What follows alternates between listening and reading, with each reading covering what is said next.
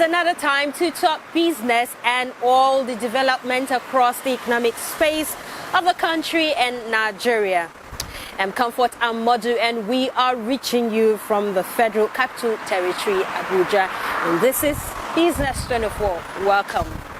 Now, various government promotional agencies have been on a high cruise in promoting Nigerian products, talking about all things that are made, produced, and created by Nigerians to African markets and international market as well. Now, the NEPC, that's the Nigerian Export Promotion Council, is in alliance with Small and Medium Enterprises Development Agency, SMEDEN, to keep flooding the global market with products from Nigeria.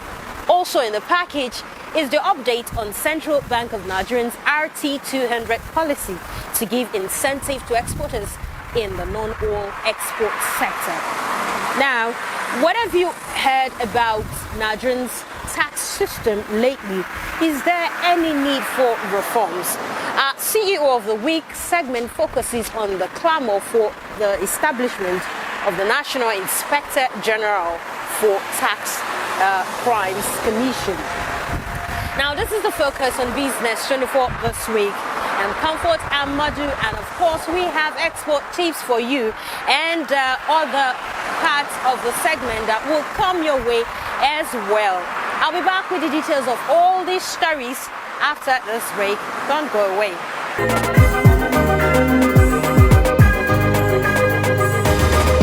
Welcome back. If you're just tuning in, this is Business 24 reaching you on NTA News 24.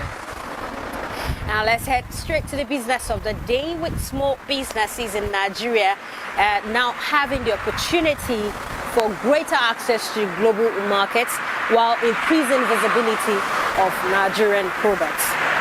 And that is sequel to a recent memorandum of understanding that has been signed by the Nigerian Export Promotion Council and the Small and Medium Enterprises Development Agency, SMEDEN, aimed at boosting the first West African MSMEs export opportunities exhibition. Small businesses in Nigeria can now have greater access to global markets while increasing visibility of Nigerian products. This follows a recent memorandum of understanding signed between the Nigerian Export Promotion Council, NEPC, and the Small and Medium Enterprises Development Agency, SMEDEN, aimed at boosting the first West African MSMEs export opportunities exhibition. We find out that there are a lot of SMEs that are even exporting products without being tracked. No formal information about how many shoes are leaving Aba every day to the West Africa and so on. So, but we can assist them. We can make it better. So these are some of the thinking behind this initiative. And we believe that very soon we will be able to achieve this. And like he said, we won't stop at West Africa alone. We move to the whole of Africa. We will be able to take the lead as we are supposed to do within the African markets. We've done the market intelligence, and from the report we realized that most Nigerian products are required in Gambia. So that's why we're picking Gambia first. And so we want to go there, organize a kind of a trade fair or solo exhibition where we take all Nigerian products.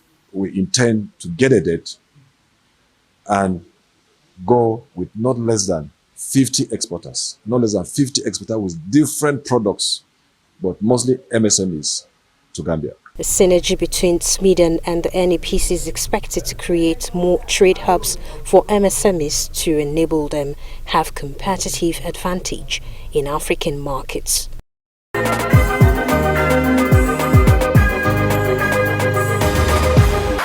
The synergy between SMEDEN and the Nigerian Export Promotion Council is expected to create more markets for MSMEs in international market and West African countries as well. global economic crisis that resulted in an unprecedented increase in the level of inflation around the globe is responsible for the reduction in global growth projection by the International Monetary Fund from 6.1% to 3.6% for 2022 and 2023. Deputy Governor Economic Policy, CBN Kingsley Obiora, said Nigerians' RT200 policy is designed to give incentive to exporters in the non-oil export sector, and that's towards a sustainable economy. Let's get details of this report from Abolade Salami. The global economy lately has been exposed to various external economic forces that has proven somehow too powerful to be subdued, thereby weighing down performance and projected growth estimates. What the outcome of this global shock immediately brings to the table is inflation.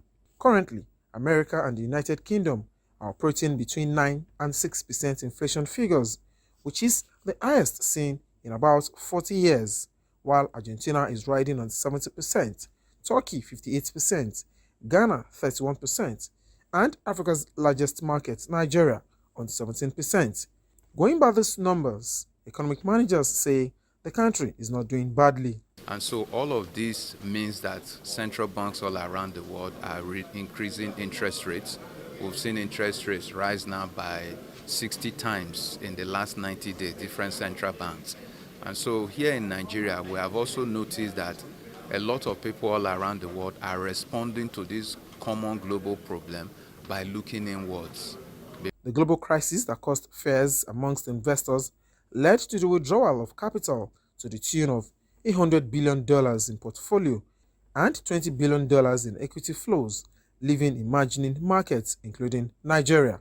As part of measures put in place to sustain economic recovery, the Central Bank of Nigeria, through the RT200 FX program, set to generate $200 billion in foreign exchange from non-oil exports in the next 3 to 5 years. The African Free Trade Zone is a free trade agreement is a great advantage that we could use in this regard. And I think that if we do that, we could actually begin to tend towards that $200 billion within maybe 2 or 3 years. The sustenance of a viable economy, economic managers say, is achievable going by the workable policies initiated by the federal government.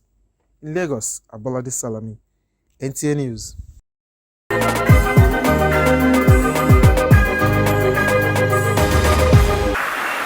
Now let's meet our CEO of the week. He's Oji Philip Oji, a tax analyst and author of a bill at the National Assembly seeking for the establishment of the National Inspector General for Tax Crimes Commission.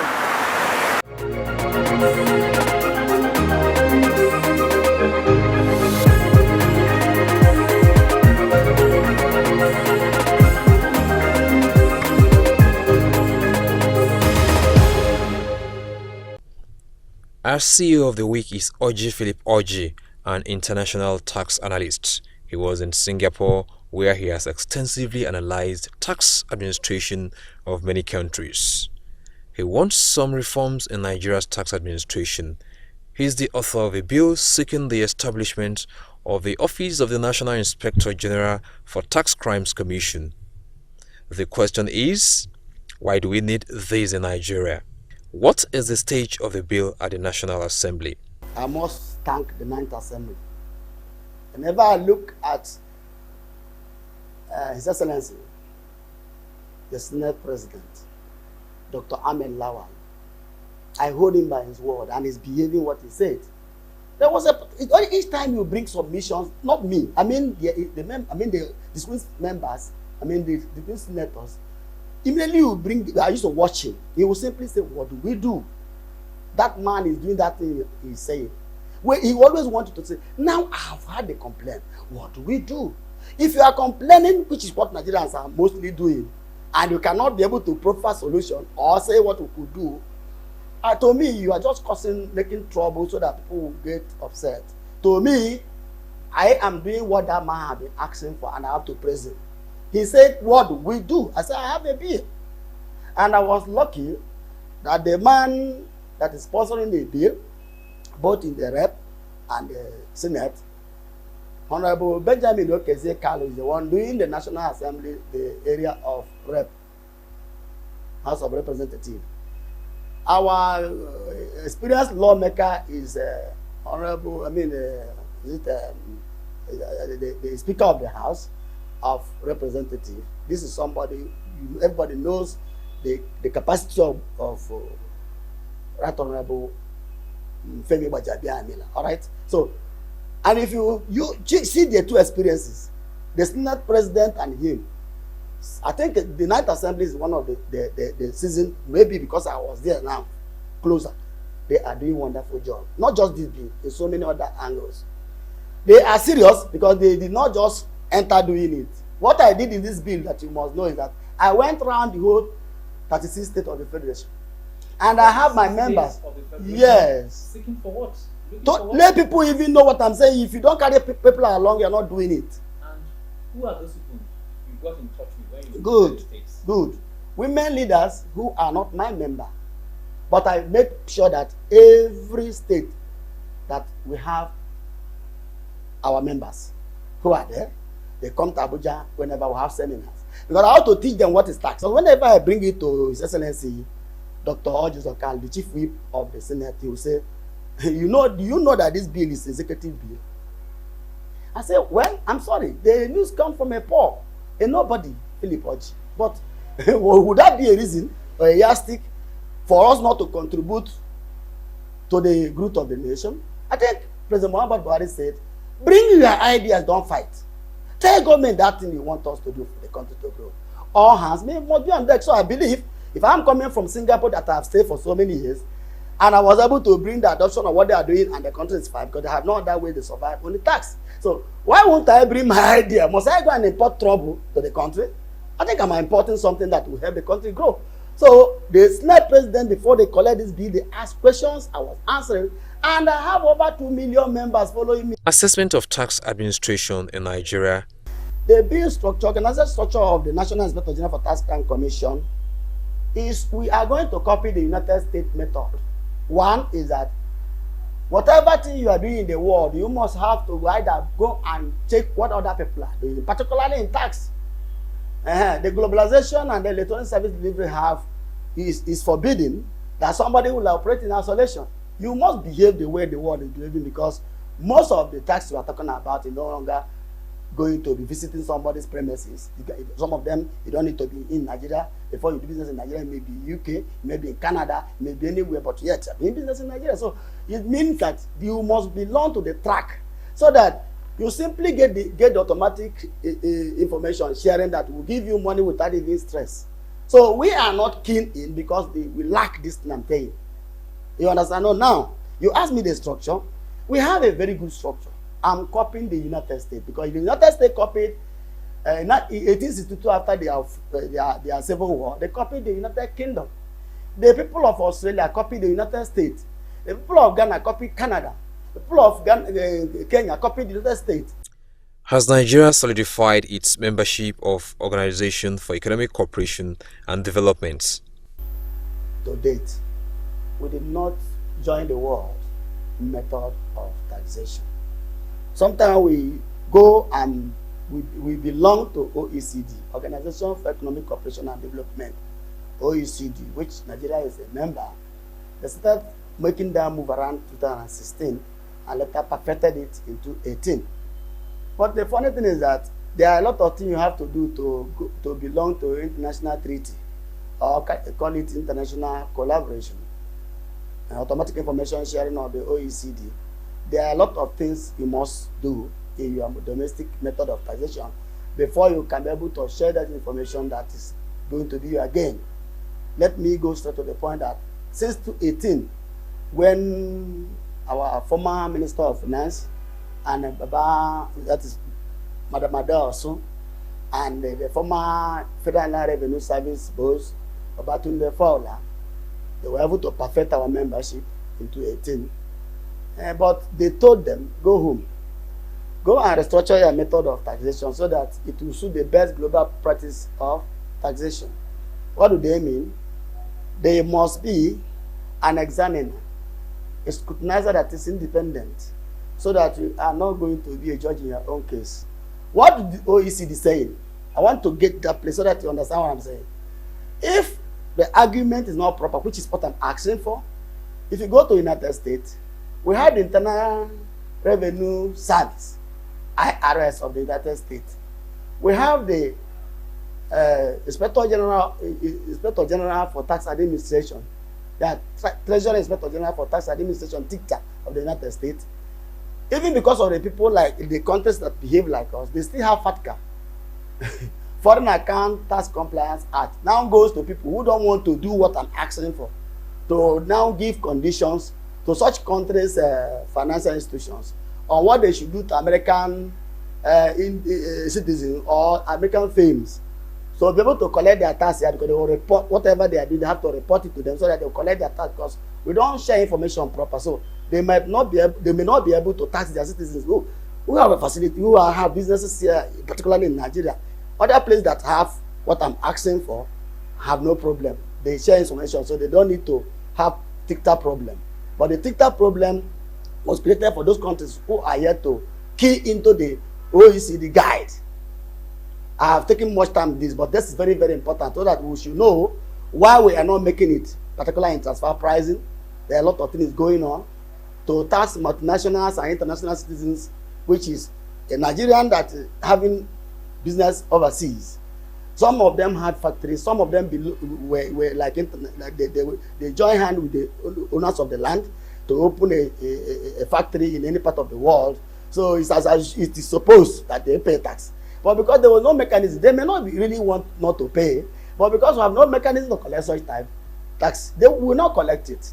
So a lot of things have to be done in our structure to get us tracked into the Organization for Economic Cooperation and Development guide, which is one of the 10 global principles, was that you must have external or independent scrutinizers, investigators, auditors, and evaluators. The tax analyst is quite categorical that the anticipated reforms will complement the various innovations of the Federal Inland Revenue Service has introduced to Nigeria tax system. Kunle Adeyeye for Business 24.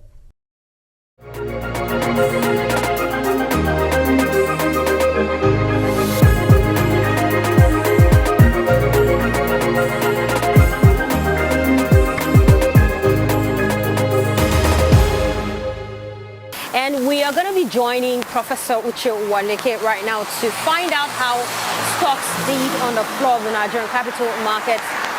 Hello, Prof. How did the stocks do? Do we have any cause to worry? And what advice do you have for the investors to have a better output next time?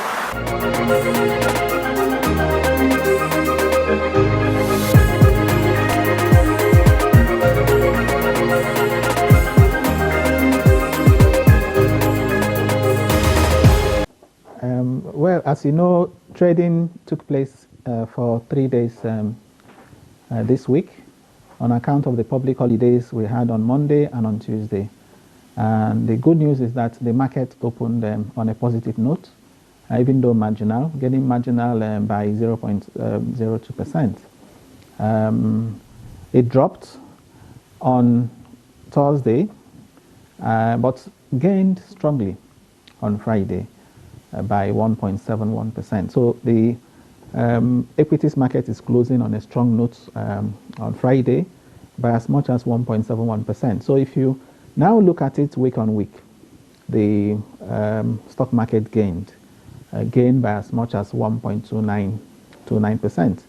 So overall, we saw positive sentiment in the market this week. You might say the investors now waking up after the public holidays. We saw some traction in some high cap stocks, stocks like Seplat and Zenith accounted for the bulk of the transactions value. But we also saw some appreciations in the stocks that were referred to as penny stocks. But overall, market sentiment was positive, as measured by the market breadth. What is market breadth? The number of gainers as opposed to the number of losers. So we had more gainers, than losers overall, during the week. I expect that the buy interest we saw this week will linger up till next week, although in the main, I see activities in the market next week, becoming mixed. Recall that the previous week, the market was down by as much as 0.53%. So that may have accounted for the buy interest, if you like, the bargain hunting that we saw this week. But next week is going to be mixed in the sense that we'll see some sell pressure on account of the inflation figure that we have this week. The National Bureau of Statistics released this week. Inflation rate rose from 7.71% in May to now 18.6%, as of June. And of course, that creates worry for investors. So I see some investors in the coming weeks reacting to this high inflation rate.